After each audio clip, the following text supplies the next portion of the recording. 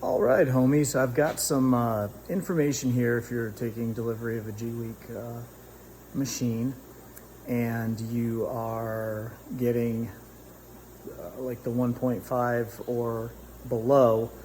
I can speak authoritatively on those, but not necessarily a higher powered laser. But I'm trying to figure this out right now.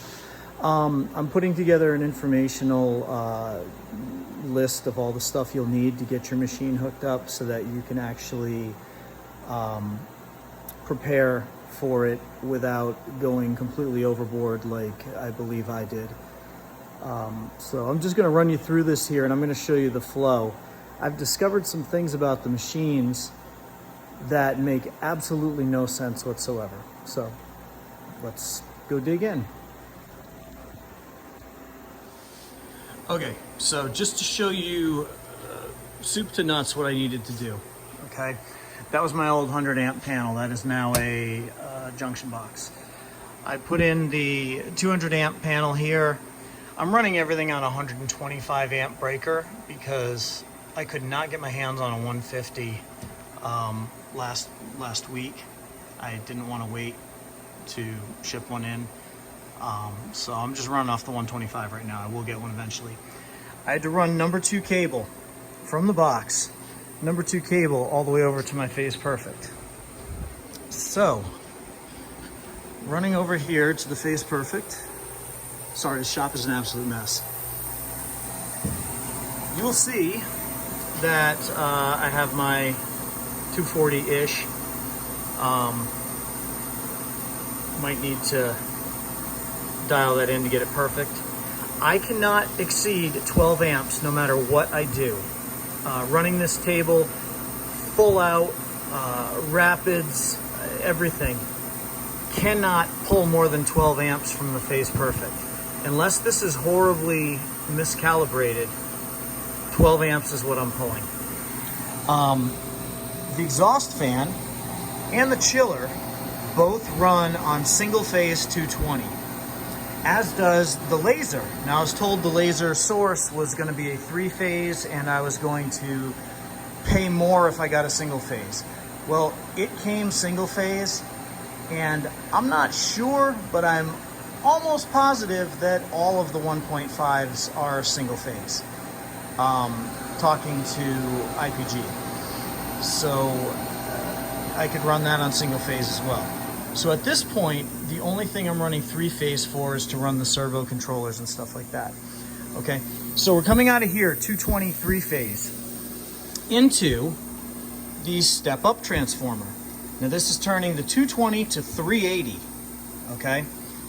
Now it's taking the 380 and running it back to the cabinet on this cable right here, okay?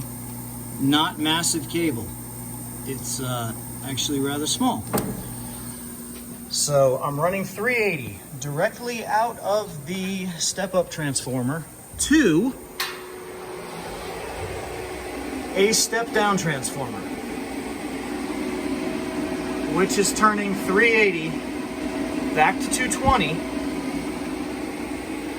Input, output. Output 220, feeding the cabinet. So everything in this cabinet is actually running off of 220 3-phase.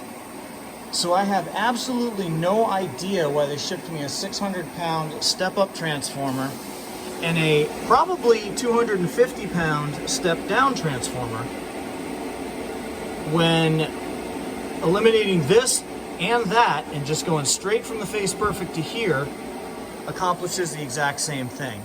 And I'm going to verify that or do proof of concept or whatever by just bypassing the 380 altogether, because there's nothing in here that is feeding off of 380. It's all on 220 or 240. So if you're panicking about your power situation, if you get yourself a phase converter, if you need one, literally everything else will run on very little power. I don't know where they get the numbers and stuff like that. I can't figure out what I could possibly do to make this thing pull 40 amps. I do have a new compressor coming tomorrow, a rotary screw compressor with an air dryer going to pick up in Charlotte, and that's going to pull 30 something amps 3-phase, and we have plenty on the Phase Perfect to do that. So that's that. Just to let you know, you do not need 2 kabillion amps of 3-phase to run this machine, unless there's something I'm horribly missing. But I'm running this thing 90-95% just to test it with everything else going, and it's never spiking over 12 amps on the Phase Perfect. So if you have thoughts on that, please post below. Thanks.